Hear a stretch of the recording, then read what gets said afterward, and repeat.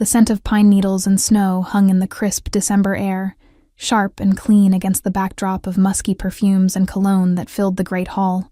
Wooden beams stretched overhead, adorned with evergreen garlands and twinkling lights for the winter solstice ceremony. A sacred time when wolves from all packs gathered to celebrate the longest night. A time of unity, a time of pairing, a time I had come to dread. I pressed my back against the rough stone wall, trying to make myself smaller, an impossible feat given my size. My cream-colored sweater, chosen carefully to complement my pale blonde hair, strained across my full figure. I'd spent hours getting ready, pinning my hair into soft waves that cascaded down my shoulders, applying makeup with trembling fingers, hoping that maybe this year would be different. Maybe this year, someone would look at me and see beyond the layers of flesh that marked me as undesirable.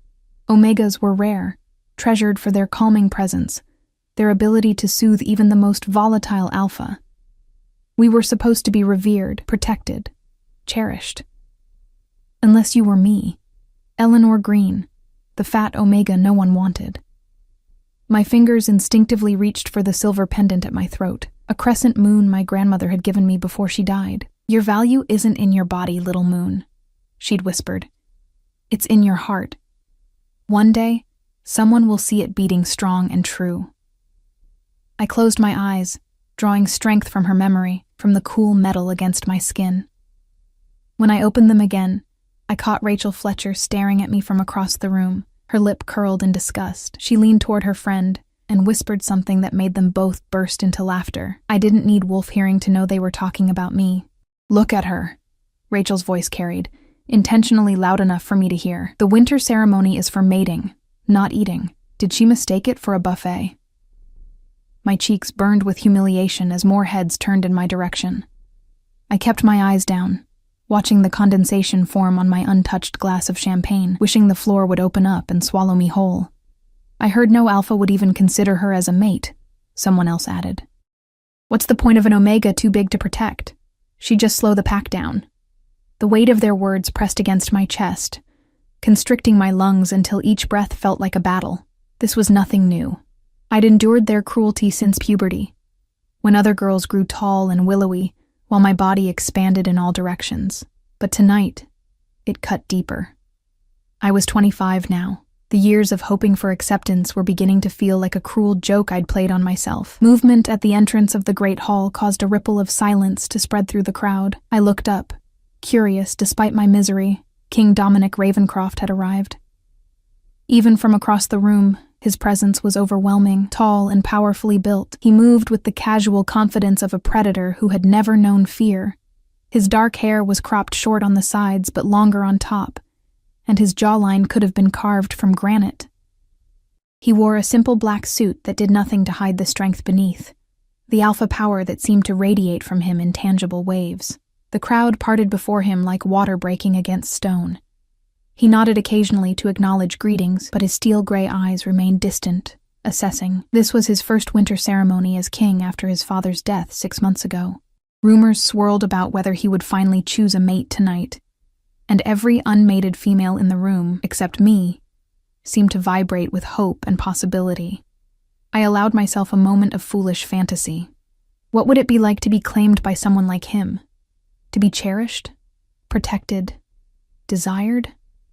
To have those intense eyes look at me with heat, instead of the indifference or disgust I'd grown accustomed to. As if he could hear my thoughts, King Dominic's gaze suddenly locked with mine across the crowded room. I froze, unable to breathe.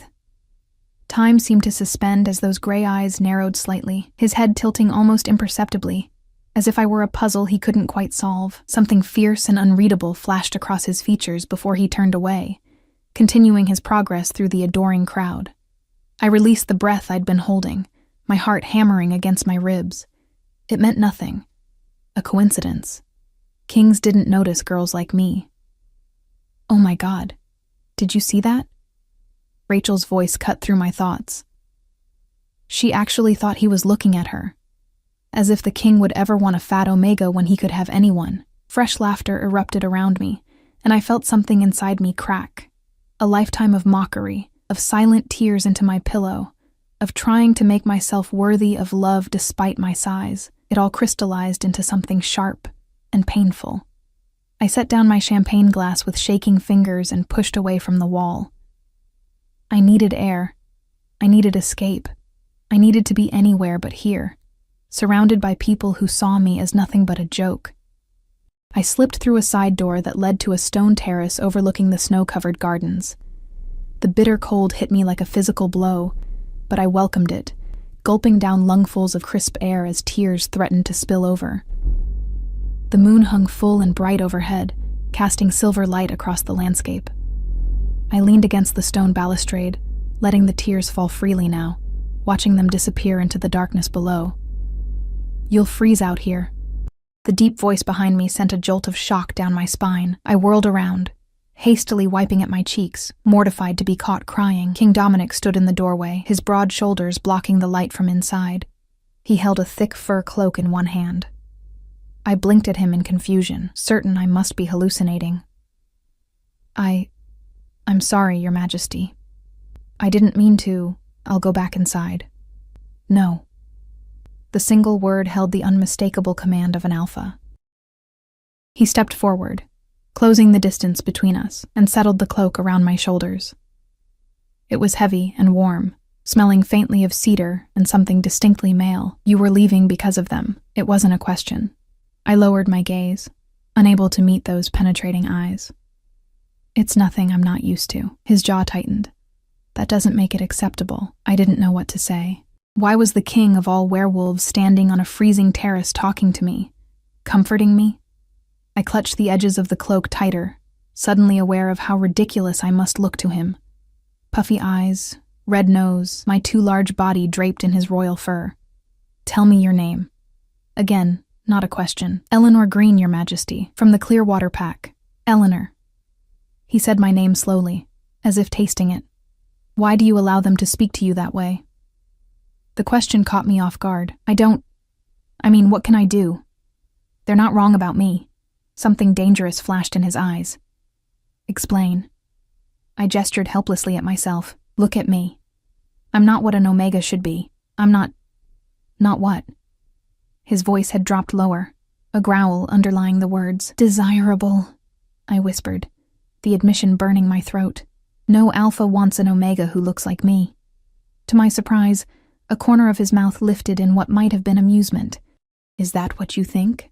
Before I could respond, the terrace door opened again, and a tall man with the bearing of a high-ranking beta stepped out. "Your Majesty, the council is waiting to begin the ceremony." Dominic didn't turn around. "Tell them I'll be there shortly, Gabriel." The beta's eyes flickered to me, widening slightly in surprise, before his face returned to careful neutrality. He nodded and disappeared back inside. "I should go," I said quickly. "I'm keeping you from your duties, Eleanor." My name in his mouth sounded different somehow, weighted with meaning I couldn't decipher. "You're wrong about what alphas want." I blinked up at him, confused. He stepped closer, close enough that I could feel the heat radiating from his body. "I have a proposition for you." "A proposition?" I repeated, feeling suddenly lightheaded. "Yes." His eyes never left mine. "I need a mate. One who won't challenge me for power. One who can bring calm to a fractured kingdom. One who sees beyond the crown to the man." He paused. "One like you." My mouth fell open in shock. "Me? But why would you—" "The winter solstice ceremony begins in 10 minutes, he continued as if I hadn't spoken. "I will announce my chosen mate then." He reached out, one finger gently tilting my chin up. "Unless you tell me now that you refuse." I stared at him, searching for the joke, the cruelty behind the offer, but his eyes held nothing but intensity and something else. A vulnerability so brief I might have imagined it. "Why me?" I managed to whisper. The corner of his mouth lifted again. "Because when everyone else in that room was staring at me with hunger and ambition, you looked at me with understanding. Because I need an Omega strong enough to stand beside a king." His thumb brushed lightly across my cheek. "Because you're the only one who doesn't want me for my crown." The door opened again, and Gabriel cleared his throat pointedly. Dominic stepped back. 10 minutes, Eleanor. The choice is yours." He turned and strode back inside, leaving me alone on the terrace with his cloak around my shoulders and his impossible offer echoing in my ears. The stars above seemed to spin as I struggled to breathe. The Alpha King wanted me as his mate. Me, the fat Omega no one wanted.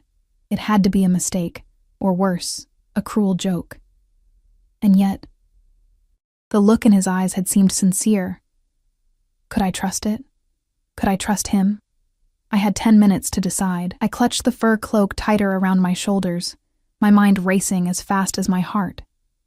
The warmth of the garment enveloped me like an embrace, carrying his scent, powerful, intoxicating, utterly alpha. What game was he playing? Kings didn't choose mates like me.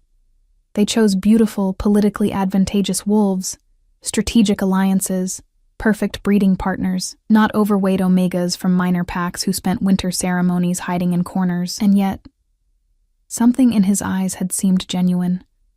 That brief flash of vulnerability beneath the steel, the way he'd noticed me when no one else ever did, the way he'd followed me out here when he should have been greeting nobility and entertaining potential mates. The pendant at my throat seemed to grow warmer against my skin, my grandmother's words echoing in my mind. Your value isn't in your body, little moon. It's in your heart. Could he truly see my heart? Or was this some elaborate humiliation, orchestrated by Rachel and her friends? I turned to face the snow-covered gardens again, breathing deeply to calm my racing thoughts. Below, moonlight silvered the frozen fountain at the center of the maze, turning ice to diamonds. I'd been 8 years old when my parents first brought me to a royal gathering, and I'd gotten lost in that very maze. I remembered crying, certain I'd be trapped forever among the towering hedges until a boy found me, a boy with serious gray eyes who'd taken my hand and led me out without a word. I'd forgotten that until now. The memory stirred something inside me, a flicker of courage. I straightened my spine and lifted my chin. Whether his offer was sincere or a cruel joke, I refused to cower any longer. I would face whatever came next with dignity. I was still an Omega, regardless of my size, and Omegas had their own kind of strength, a quiet, enduring power that had nothing to do with physical form. Turning away from the railing, I made my way back to the door. Through the glass, I could see the great hall had been transformed. Hundreds of candles now illuminated the space, and wolves had arranged themselves in a ceremonial circle. At the center stood King Dominic, regal and imposing, his face an unreadable mask as he spoke with members of his council. As I watched, Rachel approached him, her willowy form draped in a shimmering silver gown that emphasized her perfect figure. She smiled up at him, tossing her dark hair over one shoulder, placing a delicate hand on his arm. My stomach twisted painfully. Of course, this was why he'd made his offer, to distract me while he chose someone else worthy. I should leave now, spare myself the humiliation of watching him select someone else. I could slip away unnoticed, return to my tiny apartment in the city, and continue my solitary existence. Safe, predictable, lonely, or I could step through that door and face whatever waited on the other side. My fingers found my grandmother's pendant again, drawing strength from its familiar shape. The winter solstice was a night of magic and transformation, she used to tell me. A night when old patterns could be broken and new beginnings forged in the longest darkness. Taking a deep breath, I pushed open the door and stepped back into the warmth of the great hall. All eyes turned to me immediately. I saw shock, confusion, and undisguised disdain as wolves took in my tear-stained face and the royal cloak around my shoulders.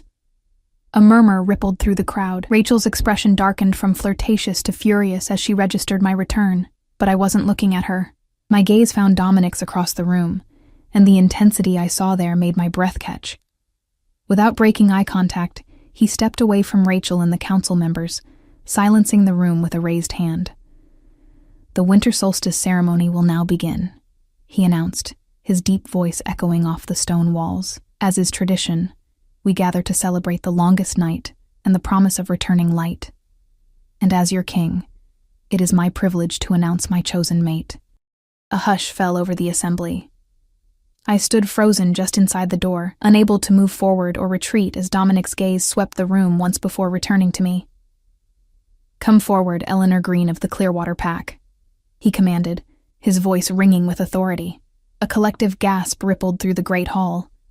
Dozens of pairs of eyes swiveled between Dominic and me, disbelief etched on every face. For a moment, I couldn't move, my feet seemingly frozen to the polished floor. This couldn't be happening. Not to me. "Eleanor." Dominic's voice softened slightly, but the command remained. "Come." Something in that voice, a thread of reassurance beneath the steel, gave me the courage to put one foot in front of the other. The crowd parted reluctantly, wolves stepping aside as I made my slow progress toward the center of the circle. I felt their stares like physical touches, some curious, others hostile. Rachel's face had contorted into an expression of pure rage, her perfect features twisted into something ugly. "This is a joke," she hissed as I passed her. "It has to be." I kept my eyes forward, fixed on Dominic. His expression revealed nothing, but his gaze never wavered from mine. One step, then another. The walk seemed endless, each footfall echoing loudly in the hushed room. I was acutely aware of my body, of the way the royal cloak draped over my curves, of how different I looked from every other female in attendance. When I finally reached him, Dominic extended his hand. After a heartbeat of hesitation, I placed my trembling fingers in his palm. His hand was warm and calloused. A warrior's hand, not a pampered royal's. He closed his fingers around mine with surprising gentleness. "Wolves of the 5 territories," he addressed the crowd, his voice carrying to every corner of the great hall. "Tonight, under the full moon of the winter solstice, I present to you my chosen mate, Eleanor Green, Omega of the Clearwater Pack." The silence that followed was deafening. I could feel the collective shock, the disbelief, the outrage. And then, "You can't be serious!" The voice that finally broke the silence belonged to a tall, silver-haired man wearing the ceremonial robes of the High Council. "Your Majesty, with all due respect, this is not what we discussed. The kingdom needs a strategic alliance through mating, not this." Dominic's fingers tightened almost imperceptibly around mine. "Counselor Harris, I was not aware that my choice of mate required your approval." "Of course not, sire, but what?" The temperature in the room seemed to drop several degrees as Dominic's voice hardened. "Speak plainly, counselor." The older man's eyes flicked to me dismissively before returning to Dominic. "She is hardly suitable. No political connections, no distinguished lineage, and frankly," his lip curled slightly, "not the physical specimen one would expect for the royal bloodline." I flinched, the words cutting deep despite their familiarity. I'd heard variations of them my entire life, but having them spoken so publicly, so officially, made them pierce like daggers. I tried to withdraw my hand from Dominic's, but his grip tightened, keeping me anchored at his side. "You find fault with her appearance?" Dominic asked, his tone dangerously casual. Harris sniffed. "Among other things, yes. The royal mate should exemplify the strength and beauty of our kind. She should calm the beast within me," Dominic interrupted, his voice dropping to a near growl. "She should balance my strength with compassion. She should see the man beneath the crown." His gaze swept the room, challenging anyone to contradict him. "Eleanor Green does all these things." My heart pounded so hard I was certain everyone could hear it. He couldn't possibly mean these words. This had to be some political maneuver I didn't understand, some game being played with me as an unwitting pawn. "Your Majesty?" A female voice called out. Rachel stepped forward, her silver gown shimmering in the candlelight. "If you desire an Omega, there are others more suitable. I myself carry the Omega gene from my mother's line, though I present as Beta. I could serve you far better than she ever could." Dominic's expression didn't change, but something dangerous flickered in his eyes. "You were cruel to her tonight. I witnessed it." Rachel faltered, her confident smile slipping. It was just harmless teasing, Your Majesty. Girls being girls." "It was cruelty," he corrected coldly. "And cruelty has no place in the heart of one who would be queen." Rachel's face flushed with humiliation. She opened her mouth to speak again, but Gabriel, the Beta who had summoned Dominic earlier, stepped forward. Your Majesty, perhaps it would be wise to continue this discussion privately with a council before making such a momentous announcement. Dominic turned to me then, his expression softening almost imperceptibly. What say you, Eleanor? Should I reconsider my choice? All eyes were on me, waiting for my response. I could feel the weight of their judgment, their certainty that I should, refuse this impossible honor, that I would acknowledge my unworthiness and slink back to the shadows where I belonged. But something had changed inside me the moment Dominic had called my name. A lifetime of shrinking myself, of accepting the narrative others had written for me, had suddenly become unbearable. Whether this was real or some elaborate charade, I was tired of being the punchline to everyone else's jokes. I squared my shoulders and lifted my chin. I am Omega, I said, my voice stronger than I expected. I may not look like what everyone thinks an Omega should be, but my worth isn't in my appearance. It's in my heart. My grandmother's pendant seemed to pulse against my skin as I echoed her words. If His Majesty sees value in me, then who are any of you to question his judgment? A ripple of murmurs spread through the crowd. Dominic's eyes widened slightly, a flash of approval, and something warmer, crossing his features, before his expression settled back into regal impassivity. Well said. He turned back to the assemblage. The decision is made. Eleanor Green will be my mate and your queen. The bonding ceremony will take place at midnight. Counselor Harris stepped forward again, his face flushed with anger. Your father would never have— My father is dead, Dominic cut him off, his voice like ice. And I am king. Question me again in public, Harris, and you will find yourself relieved of your position. He looked around the room, his gaze stopping briefly on each council member. Does anyone else wish to challenge my decision? The silence that followed was answer enough. Good. Dominic nodded to Gabriel. Prepare the moon chamber for the ceremony, and see that suitable attire is provided for my future queen. Gabriel bowed deeply. Yes, Your Majesty. He turned to me with a slight smile. If you'll come with me, my lady, my lady. The title sounded foreign, impossible when directed at me. I glanced uncertainly at Dominic. Go, he said softly. I'll join you shortly. There are matters I must attend to first. I nodded, reluctantly releasing his hand. Without his touch anchoring me, I felt suddenly adrift, exposed to the hostile stares of the crowd. Gabriel seemed to sense my discomfort, and positioned himself protectively at my side, leading me toward a doorway at the far end of the great hall. As we left, I could feel Rachel's hateful glare boring into my back. And she wasn't alone. Dozens of eyes followed my exit, filled with resentment, disbelief, and in some cases, calculation. I might have been elevated by the king's declaration, but I'd also been made a target. The corridors of the palace were quieter, the sounds of the gathering fading as Gabriel led me deeper into the ancient stone structure. Tapestries depicting wolf hunts and battles lined the walls, illuminated by wrought iron sconces. Our footsteps echoed on the polished floor, the only sound in the hushed stillness. They'll adjust, Gabriel said suddenly, breaking the silence. I glanced at him in surprise. What? The nobles, the council, they'll adjust to the idea of you as queen. It may take time, but they will. I swallowed hard. Why would the king choose me? The truth, please.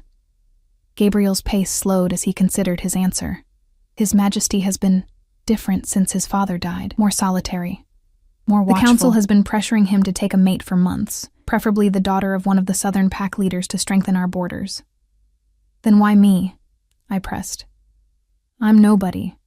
My pack isn't politically important. I bring no alliances, no advantages. Perhaps that's precisely why. Gabriel stopped before an ornate door carved with phases of the moon. The king needs someone who wants him, not his crown or his power. Someone who can see Dominic, not just the Alpha King. He studied me with keen eyes. Is that someone you, Eleanor Green? The question caught me off guard. Was it?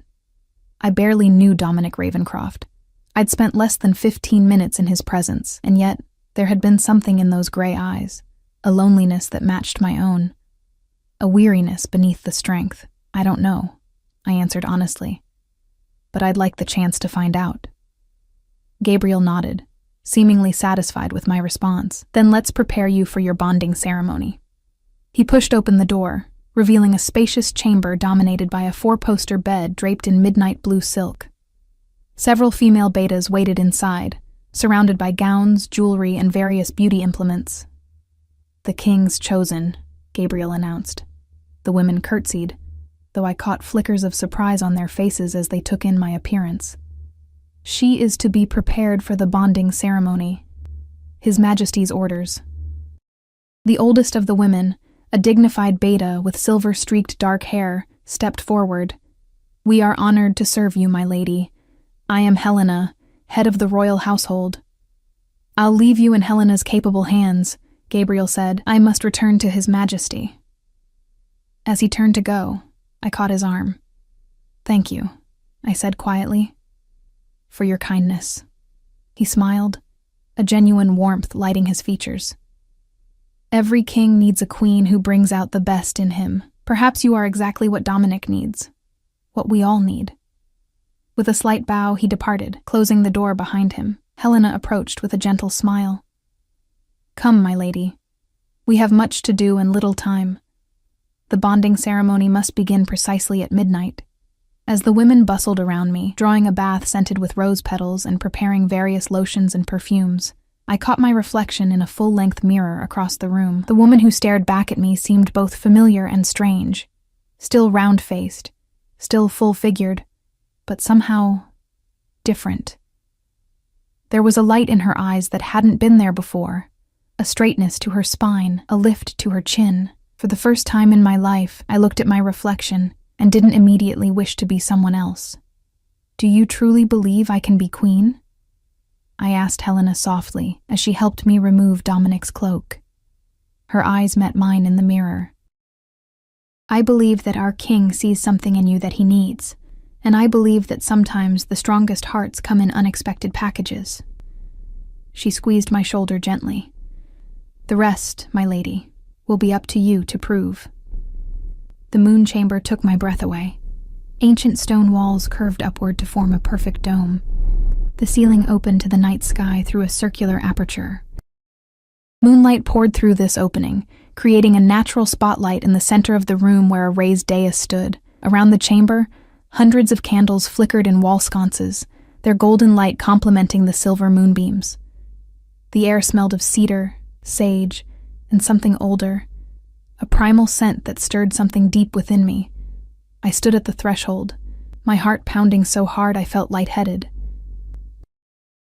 Helena had dressed me in a gown of silver blue silk that flowed over my curves like water, neither hiding nor emphasizing my size, but somehow making it seem regal rather than shameful. My pale blonde hair had been partially braided with tiny moonstone beads, the rest falling in soft waves down my back. Around my neck, my grandmother's crescent moon pendant rested against my skin, now joined by a delicate silver chain Dominic had sent. "A gift from the king to his chosen," Gabriel had said when delivering it. I felt beautiful for the first time in my life. Different, yes, still not the willowy ideal of werewolf beauty, but beautiful nonetheless. "It's time, my lady," Helena whispered beside me. "They're waiting." They.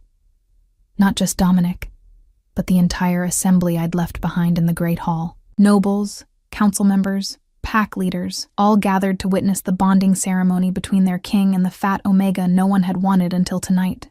"What if I can't do this?" I whispered back, sudden panic clawing at my throat. "What if I'm not what he needs? What if—" "Breathe, child." Helena's hand found mine, squeezing gently.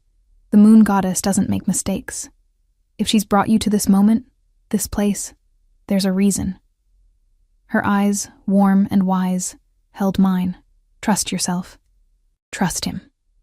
Could I? Trust this man I barely knew, who had turned my world upside down with a single declaration? Trust myself, when I'd spent a lifetime believing I wasn't enough? Before I could answer, the low, resonant sound of a horn echoed through the chamber. The ceremony was beginning. Helena gave my hand one final squeeze before stepping away, leaving me alone at the entrance. The assembled wolves turned as one to face me. Hundreds of eyes, some curious, some hostile, some simply stunned. At the far end of the chamber, standing upon the dais in the moonlight, waited Dominic. He'd changed into ceremonial attire, black pants and boots, his chest bare except for a silver chain bearing the royal insignia. The moonlight silvered his skin, highlighting the defined muscles of his torso and the numerous scars that told the story of battles fought and won. His dark hair gleamed, his eyes fixed on me with an intensity that made the rest of the room fade away. Somehow, my feet began to move. I walked slowly down the aisle that had formed in the crowd, focusing only on Dominic, using his unwavering gaze as an anchor against the tide of whispers that followed my progress. "The moon goddess doesn't make mistakes," I repeated silently with each step. "Trust yourself. Trust him." When I reached the dais, Dominic extended his hand. I placed mine in his, and the warmth of his touch sent a shiver up my arm. "You came," he said, his voice low enough that only I could hear. "Did you doubt I would?" I asked, surprised at the steadiness in my own voice. A hint of a smile touched his lips. "I've learned to doubt everything, Eleanor. It comes with the crown." Before I could respond, a tall, austere woman in ceremonial robes stepped onto the dais. The high priestess of the moon goddess, I realized, recognizing her from previous ceremonies I'd attended. She raised her arms, and silence fell over the assembly. "Children of the moon," she intoned, her voice carrying effortlessly through the chamber. "We gather in her light to witness the sacred bonding of Alpha and Omega, of strength and compassion, of power and peace." She lowered her arms, her sharp eyes moving between Dominic and me. "Who comes before the goddess to seek her blessing?" "I, Dominic Alexander Ravencroft, Alpha King of the 5 Territories, son of Richard and Elaine, descendant of the first pack." Dominic's voice rang clear and strong. The high priestess turned to me expectantly. For a horrifying moment, my mind went blank. I'd never expected to participate in a bonding ceremony, let alone a royal one. I had no idea what to say. Dominic's hand tightened around mine, a subtle reassurance. I took a deep breath. "I, Eleanor Marie Green, Omega of the Clearwater Pack, daughter of William and Sarah, descendant of the Western Wolves," I said, thankful that my voice didn't tremble. The high priestess nodded, seemingly satisfied. "Alpha and Omega, as it was in the beginning, so shall it be now. The goddess created the wolf kind with balance in mind, the fierce and the gentle, the storm and the calm, the strength and the heart. She produced a silver dagger from within her robes. Tonight, under her watchful eye, you will become one in blood, one in spirit, one in purpose." She took Dominic's free hand, turning his palm upward. With a swift, practiced motion, she drew the blade across his skin, opening a thin line of crimson. She did the same to my palm, the sharp pain making me gasp softly. "Blood of the Alpha," she said, pressing our bleeding palms together. "Blood of the Omega. Let them mingle as your lives now mingle, inseparable until death." The moment our blood touched, something extraordinary happened. A warmth unlike anything I'd ever experienced spread from my palm up my arm, flooding my chest and radiating outward until my entire body tingled with it. From Dominic's sudden intake of breath, I knew he felt it too. This strange, wonderful connection forming between us. "The bond begins," the high priestess murmured, a note of surprise in her voice. She wrapped a silver cord around our joined hands. "As this cord binds your flesh, so shall your souls be bound. Speak the vows, Alpha King." Dominic's eyes, now glowing faintly with alpha power, locked with mine. "I, Dominic, take you, Eleanor, as my mate, my queen, my equal in all things. I offer you my protection, my loyalty, my strength. I promise to honor your wisdom, cherish your compassion, and respect your power. By the light of the moon goddess, I bind myself to you, this night, and all nights to come." Traditional vows, yet something in the way he spoke them, with such intensity, such focus, made them feel personal, intimate. As if he were making these promises to me, Eleanor, not just to the Omega who would be his queen. "Speak the vows, Omega," the high priestess directed. I swallowed hard. "I, Eleanor, take you, Dominic, as my mate, my king, my partner in all things. I offer you my understanding, my loyalty, my calm." I promise to temper your strength with gentleness, balance your power with peace, and stand beside you in darkness and in light. By the grace of the moon goddess, I bind myself to you this night and all nights to come." The cord around our hands began to glow with a soft silver light. The high priestess nodded in approval. "The goddess hears your vows and finds them worthy. Now comes the final step, the marking that completes the bond." She stepped back, leaving us alone in the circle of moonlight. "Alpha, claim your mate," a murmur rippled through the crowd. This was the most intimate part of the ceremony, usually performed in private, but royal bondings were different. The claiming had to be witnessed, the bond confirmed by the assembly. Dominic's eyes searched mine, a question in their depths. "Are you ready for this? Can you accept me? All of me?" I gave a small nod, trusting him despite every instinct that warned me to protect myself, to retreat from such vulnerability. He released my hand and stepped closer, until our bodies nearly touched. His arms encircled my waist, strong and steady, anchoring me. I placed my hands on his bare chest, feeling the rapid beat of his heart beneath my fingers. "This may hurt," he whispered, his breath warm against my ear. "I'll try to be gentle." Before I could respond, he lowered his head to the curve where my neck met my shoulder. I felt his lips first, surprisingly soft, followed by the sharp graze of teeth against my sensitive skin. And then, pain, bright and sudden as his canines elongated and sank into my flesh.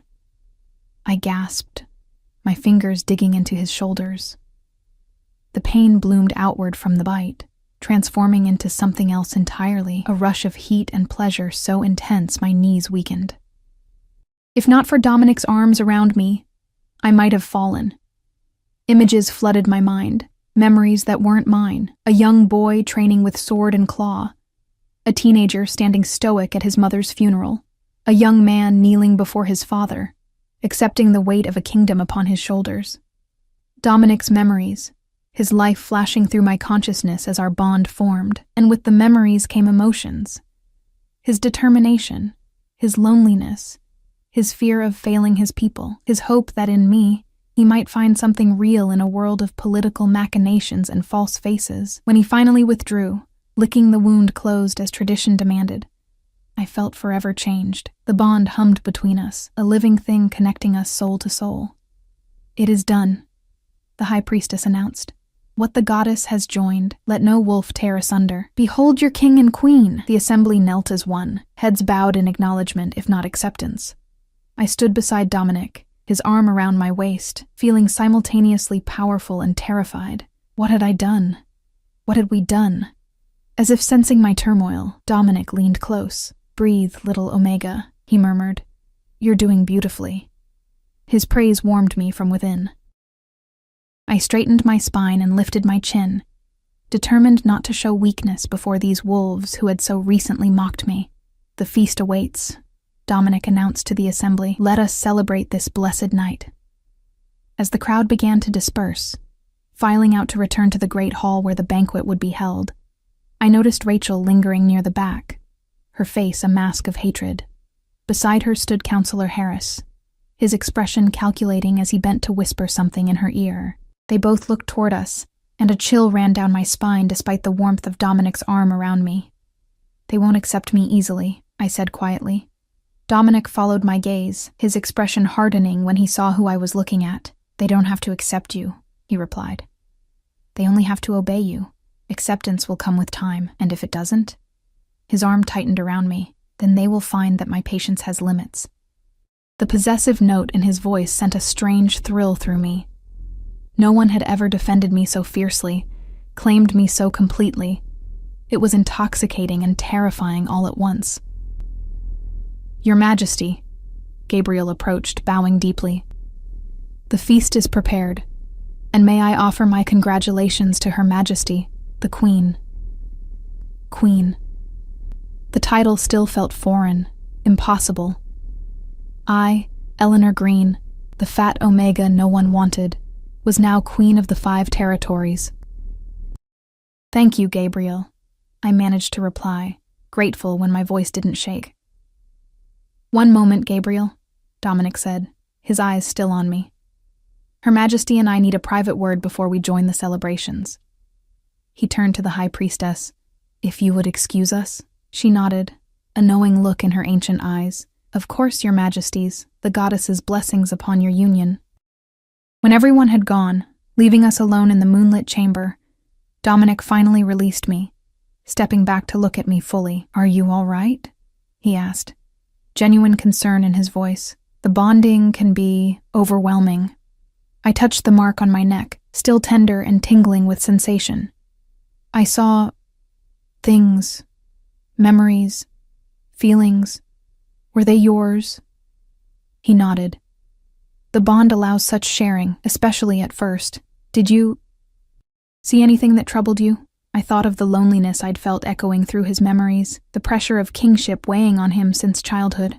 "Only that you've carried too much, for too long," I said softly, without anyone to share the burden. Something flickered in his eyes, surprise, then a warming that made my heart race. "And now?" he asked, his voice dropping to a lower register. "Now you have me," I answered simply, "for whatever that's worth." In a swift movement that startled me, Dominic closed the distance between us, his hand cupping my cheek with unexpected gentleness. "It's worth everything, Eleanor, never doubt that." And before I could respond, he lowered his head and kissed me. His lips were warm and surprisingly soft against mine. The kiss began gently, almost hesitantly, as if he were giving me time to pull away. When I didn't, when instead I leaned into him, my hands finding their way to his shoulders, something changed. A growl rumbled in his chest, and the kiss deepened, became hungrier, more demanding. Heat bloomed inside me, spreading outward from my core until my skin felt too tight, too sensitive. The bond between us pulsed and strengthened, magnifying every sensation. I could feel his desire, as if it were my own, his relief that I wasn't recoiling from his touch, his genuine pleasure in holding me. When we finally broke apart, both breathing hard, I felt dizzy with the intensity of it all. Dominic rested his forehead against mine, his hands at my waist, thumbs tracing small circles against the silk of my gown. "I've wanted to do that since I saw you standing alone by the wall," he admitted, his voice rough. I blinked up at him in disbelief. "Why? I don't look like Rachel?" He shook his head, a flash of irritation crossing his features. "Thank the goddess for that." His hand came up to cup my cheek. "Do you know what I saw when I looked at you, Eleanor? Strength. Dignity. A quiet power that has nothing to do with claws or teeth. But I'm beautiful," he interrupted firmly. "Soft where I am hard. Gentle where I am fierce. Perfect in all the ways that matter." His thumb brushed across my lower lip. "I don't want a political alliance or a breeding partnership. I want a mate. A true mate who balances me, challenges me, makes me more than just a crown and a title." I wanted desperately to believe him. To believe that this powerful, handsome alpha king could look at me, at my too round face, my too full figure, and see something desirable. But a lifetime of mockery and rejection couldn't be erased by a few kind words, even from a king. "You barely know me," I said softly. His lips curved in a half-smile. "I know more than you think. The bond showed me glimpses of you too. Your kindness to the pups in your pack. The way you intervened when that beta boy was being bullied, despite your fear of drawing attention to yourself. Your strength in facing each day with dignity, even when surrounded by cruelty." His expression sobered. "I know the essential parts of you, Eleanor. The rest we'll discover together." The earnestness in his voice, the warmth in his eyes, it was almost enough to make me believe. Almost. "And what happens when you tire of me?" I asked, voicing my deepest fear. "When the novelty wears off, or when the council's pressure becomes too great? Bonded or not, you're still a king. You could set me aside, send me away." "Never." The word emerged as a growl, his eyes flashing alpha gold. "The bond is permanent, Eleanor. I chose you knowing that, wanting that." He took my hands in his expression intense. "I will never set you aside, never send you away.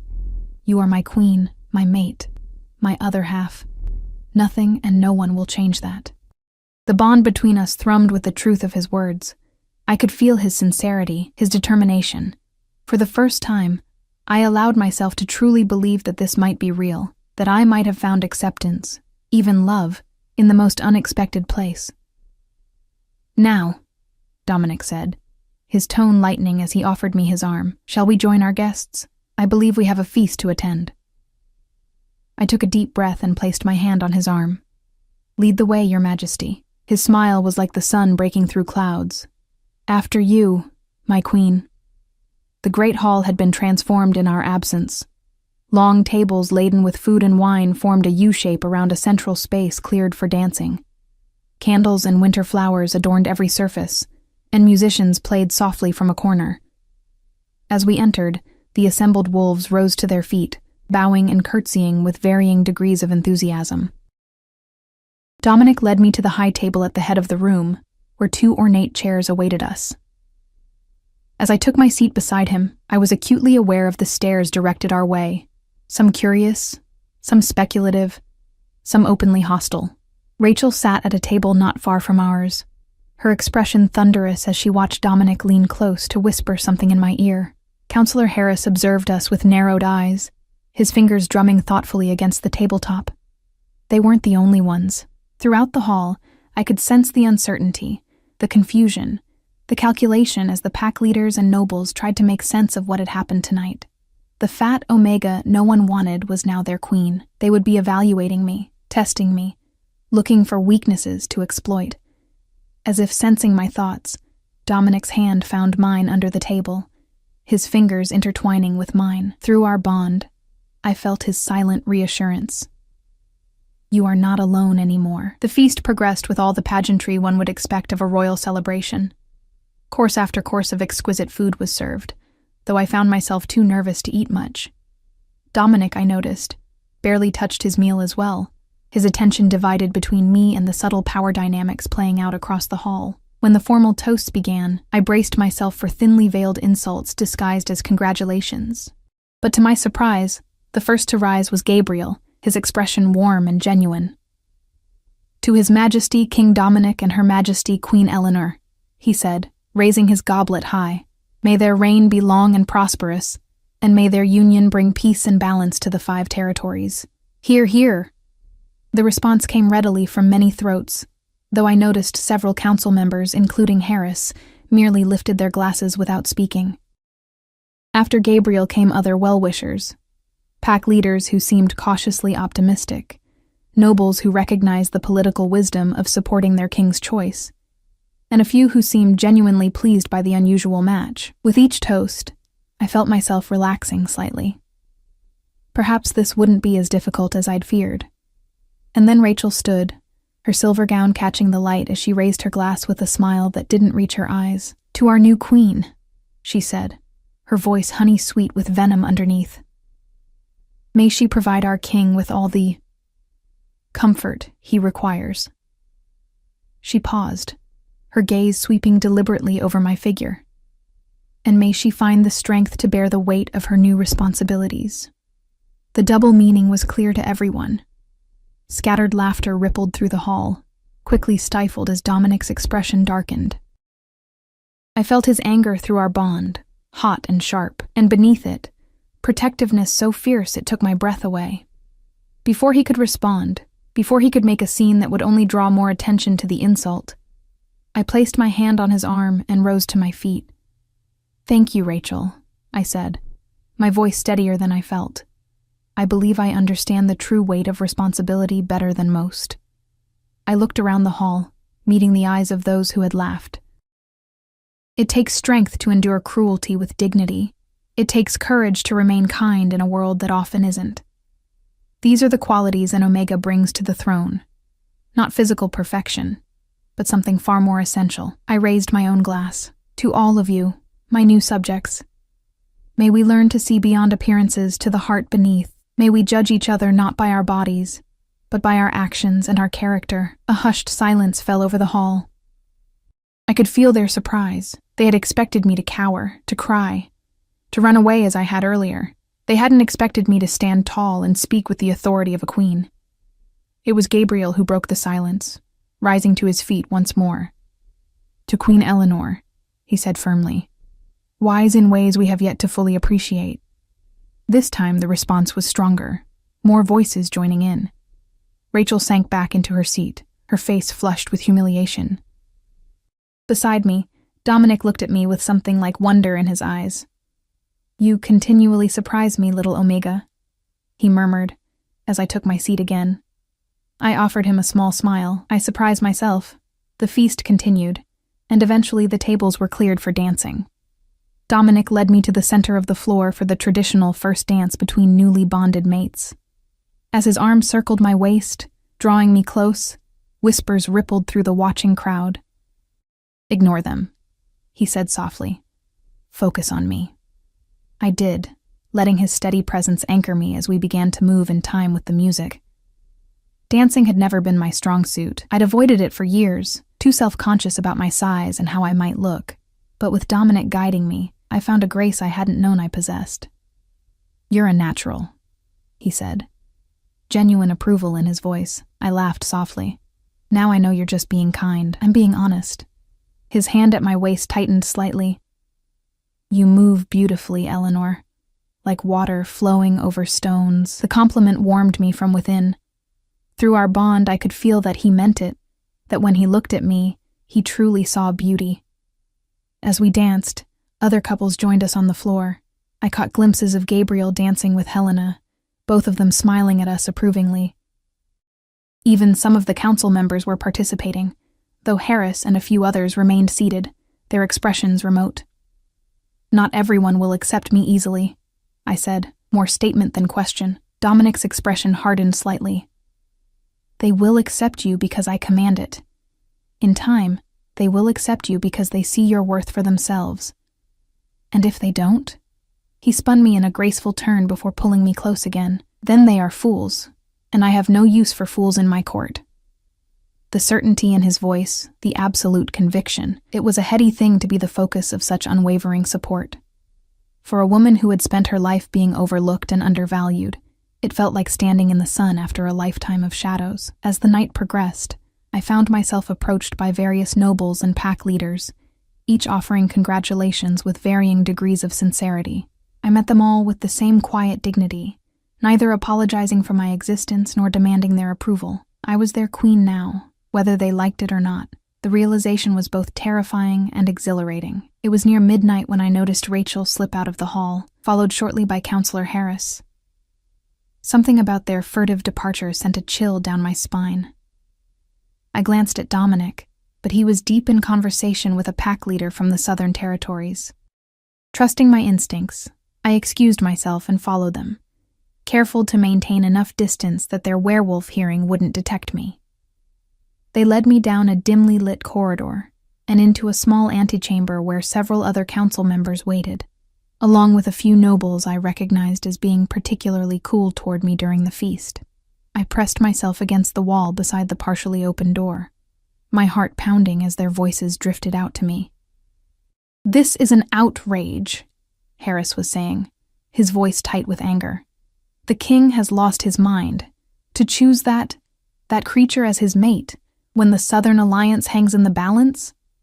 Perhaps it's a temporary infatuation," a female voice suggested. "She's an Omega, after all. Their allure can be overwhelming to an unmated alpha. Bonded or not, she can be removed." Rachel's voice, cold and determined. "There are ways." My blood froze in my veins. Were they plotting against me already? Against Dominic? "Careful, Lady Rachel," cautioned a deeper voice. "What you suggest borders on treason." "Is it treason to protect our kingdom from a disastrous mistake?" Harris countered. "The king is young, inexperienced. Sometimes the council must act in his best interests, even against his wishes." "And what exactly are you proposing?" someone asked. There was a momentary silence, and then Harris spoke again, his voice lowered to the point where I had to strain to hear. "For now, we watch and wait. The girl is clearly unsuitable. She'll make mistakes, show her weakness. When she does, we'll be ready to suggest a more appropriate arrangement to His Majesty. And if he refuses? Rachel again, impatience clear in her tone. Then more direct measures may be necessary, Harris replied. But let us hope it doesn't come to that. I'd heard enough. Backing away silently, I hurried back toward the great hall, my mind racing. They were plotting against me, against us, and while their plans seemed vague for now, the threat was real. I nearly collided with Dominic as I rounded a corner. There you are, he said, his relief evident both in his voice and through our bond. I was looking for you. His expression changed as he took in my face. What's wrong? What happened? I glanced around, aware that we were still in a public corridor where anyone might overhear. Not here, I said quietly. Understanding immediately, he took my hand and led me swiftly down the hallway and up a grand staircase to the royal apartments. Once we were safely inside our chambers, with the door locked behind us, he turned to me with concern etched on his features. Tell me, he commanded gently. I did, relating everything I'd overheard. As I spoke, his expression darkened, his eyes flashing gold with alpha anger. I should have them all arrested, he growled when I finished, plotting against my queen, against me. No, I said firmly, surprising both of us with my decisiveness. Not yet. He looked at me in confusion. Eleanor, they threatened you. They made vague suggestions, I corrected. Nothing specific enough to constitute treason. If you move against them now, you'll only create more enemies. I took his hands in mine, meeting his gaze steadily. Let them underestimate me, Dominic. Let them think I'm weak and unsuitable. It will make their eventual defeat all the more satisfying. Surprise flickered across his features, followed by a slow, appreciative smile. My little Omega has a strategic mind, it seems. I've spent a lifetime watching from the shadows, I replied. You learn to see things others miss when no one is paying attention to you. He pulled me into his arms, his expression serious once more. I won't let them harm you, Eleanor. I swear it. I leaned into his embrace, drawing strength from his solid presence. I know. And I won't let them use me to harm you or your kingdom. I looked up at him, a new determination burning inside me. They think I'm weak because of how I look. They'll learn that an Omega's strength has nothing to do with physical power. Dominic's arms tightened around me. We'll face them together. King and Queen, Alpha and Omega. He pressed a kiss to my forehead, balance in all things, as the goddess intended. As I stood there in his embrace, I thought about the journey that had brought me here, from the lonely, mocked Omega at the beginning of the night to a queen with a mate who saw her true value. The path ahead would not be easy. There would be challenges, threats, those who wished to see me fail. But for the first time in my life, I wasn't facing those challenges alone. I had Dominic beside me, his strength complementing my compassion, his fierceness balanced by my calm. Together, we were more than either of us could be separately. The mating bond hummed between us, warm and reassuring, as the moon continued its arc across the night sky. Outside these walls, plots might be forming, alliances shifting, dangers gathering. But in this moment, in this room, there was only us, Alpha and Omega, two halves of a whole, finally complete. They mocked me as the fat Omega no one wanted, I whispered, more to myself than to him. But they were wrong. Dominic tilted my chin up, his eyes glowing with affection, and a fierce pride that took my breath away. They were wrong about many things, he agreed, but most of all, they were wrong to think that your size determined your worth. His thumb brushed across my cheek, wiping away a tear I hadn't realized I'd shed. You are exactly what this kingdom needs, what I need. Never doubt that, my queen. And as his lips met mine once more, I finally, truly believed him.